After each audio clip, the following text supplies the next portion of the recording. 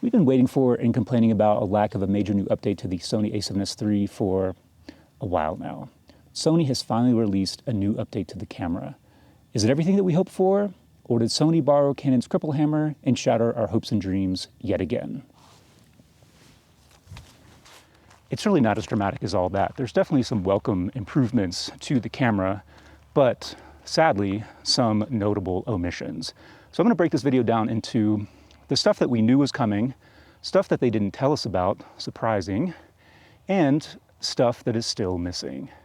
And finally, I'm going to talk a little bit about the update process because it is a bit of a pain in the ass. So this video is a lot of my opinion about what has been added and what's still missing, and not so much a deep dive into everything. So I'm going to link some very helpful bits of information in the description, other videos that cover a lot of great detail, and also a video that walks you through the update process, especially for macOS, because that is problematic. Whatever. I should mention also that I'm focusing on the video aspects of this update. There were some interesting things coming to the photography side, but I'm not going to cover that, but I will put a link in the description to the full release notes so you can check out that if you're interested. So the stuff that we knew, DCI 4K, 24 frames per second, like a true 24p, not 23.976. Support for the Creator app, as opposed to the old Imaging Edge app or whatever it was called prior to that, as well as the Monitor and Control app, which is pretty cool, and I've actually been using that to film these sections here. There's also breathing compensation and support for time code functionality using Sony's little proprietary time code dongle. Confusingly, the DCI 4K and the true 24p mode are not automatically enabled with the new firmware. You actually have to install a free license. And I'm going to get into that later on when we talk about the whole update process. So just be aware that if you're looking for the DCI 4K, the true 24p mode, after you've updated the firmware, they're not going to be there until you install a separate license. Another thing that's added that I haven't seen a lot of people talk about is in that true 24p mode, your S&Q option for that mode is going to be 48 frames per second. So that is added into the a7S III. So if you're in 23.976, your overcrank options are going to be the same as they were before, like 60 and 120. But if you do go into that 24 frames per second mode, your S&Q option is going to be 48 frames per second. The stuff they didn't tell you is actually pretty extensive, and I wonder if it's because with this firmware update, you're essentially getting the new operating system from newer cameras like the a7SIII, the ZV-1, like the a7R5, for instance. So this camera is going to look really different. With that new operating system, you're getting a lot of additional functionality that's already on like the a7SIII and cameras like that, for instance. If you're going through the menu and you don't know what something means, you could hit the trash can button on the back of the camera and it would give you a description of that menu item. In addition to that, now when you hit the trash can button, it gives you that item description, but also allows you to quick assign that function to your My Menu. You can now have the shutter close when you turn off the camera, so this helps to prevent dust from getting onto the sensor if you're swapping lenses. So that's a welcome addition. You get the new swipey menu functionality. So if you swipe left or swipe right, you'll get menus that come onto the left and right side of the screen, and you can configure this. You can add and subtract things. You can have it show up on one side or the other or both. And it gives you pretty much complete control over a lot of the functionality of the camera. You can change aperture, ISO, shutter speed. You can enable, or you can start, stop, record, all from like these little touch array buttons around the screen. Also, if you swipe up from the bottom, it will bring up the function menu. Now, I don't know how you get rid of the little side menus when you enable it. I'm sure there's something in there. I'm probably just dumb, but it's not something that I particularly like because I find it a lot easier to control the camera with the buttons and dials as opposed to the tiny little icons on the tiny little screen. But if you like that stuff, now it's there. You can also enable the red box around the LCD screen to alert you that you are recording. And finally, the most important thing to me, or the most welcome improvement to the camera, is that you have basically the shooting menu that I think was initially introduced on the FX3 and FX30, I think in their version 2 firmware updates. So this has like all the most used like video functionality on 2 really simple and well laid out menu pages. Furthermore, since, in 16:9 or 17:9, you're not actually looking at the full readout of the sensor, you have black bars on the bottom and the top of the LCD. That's where they've moved the vast majority of the info of the screen. So you have much less clutter overlaid onto your monitor. Okay, so lastly, stuff that's still missing. And this is where the cripple hammer comes into play. I'm not exactly sure what the rationale or the logic is behind some of these omissions. Some of it seems like they're still trying to separate the hybrid cameras from the FX cameras. So there's still not any Cine EI, there is no anamorphic monitoring support, and most egregiously probably is that there's no LUT support. So you cannot load in your own LUTs to monitor and also burn into the file if you want to. This one is the most baffling because this is not something that's limited to the FX cameras. Like the a7SIII, for instance, has user LUT support in it, but for some reason they did not add it to the a7S III. This is like kind of a deal, but not so much of a deal in my opinion. It really depends on the kind of work that you do. If you're in a multicam environment and you're using cameras that have that LUT support, like the FX cameras, having one camera that doesn't have the same monitoring LUTs as the other cameras could be a problem.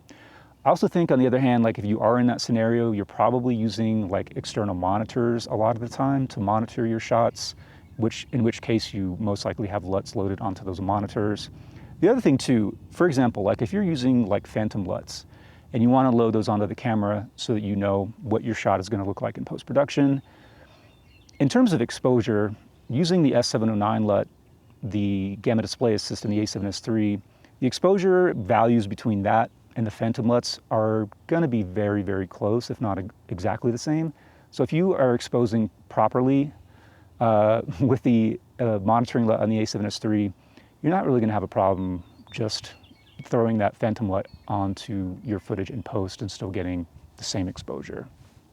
Anyway, that's my 2 cents. Non-cinema camera related omissions, the big one I think for a lot of people is still no animal eye detect or animal tracking in video. So the menu item is still there, and it seems like, from what I can tell, it doesn't do anything to actually detect or track an animal. The other thing too is if you enable it, because you can enable it, it will disable human eye detect.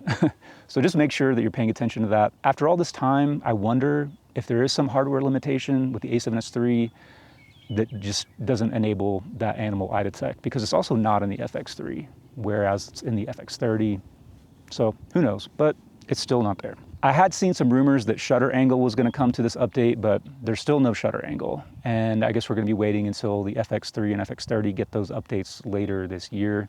Maybe they'll come to the a7S III at that point, but I'm not holding my breath. Although shutter angle was not added, they did add the ability to change the shutter speed to 1/48th as well as 1/96th, although there's not a 1/240 option for 120p for some reason. Maybe that was just a, I don't know, an oversight on their part.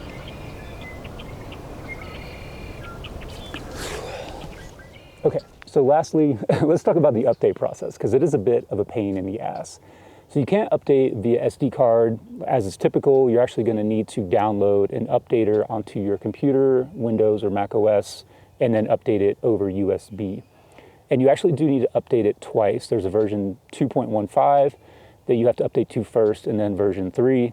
And you'll get both of those updates in the download. Both updates take a while. I've seen reports up to 25 minutes for each one, although mine didn't take that long. I'd say between 10 and 15 minutes per. But you definitely want to make sure you got enough juice in your batteries. You don't want your camera to shut off during this update.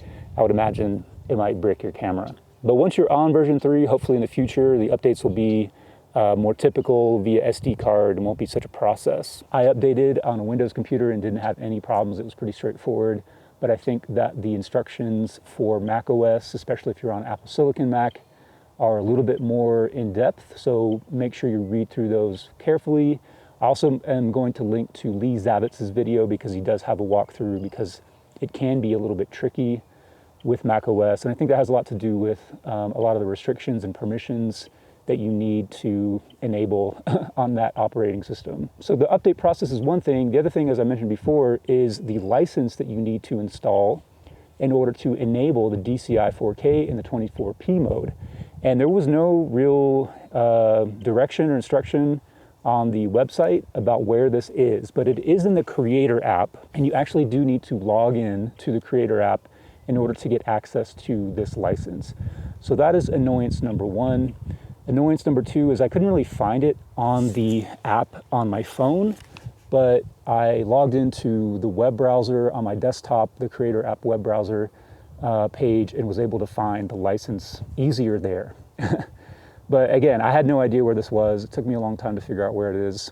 So just know that you do have to go into the Creator app, you do have to create an account, and you do need to log in order to install the 24p and the DCI 4K mode. You also need to input the serial number of your camera in order to get access to the license. And apparently you only get one opportunity to do this. So make sure that you type the numbers in correctly and that you have the right number.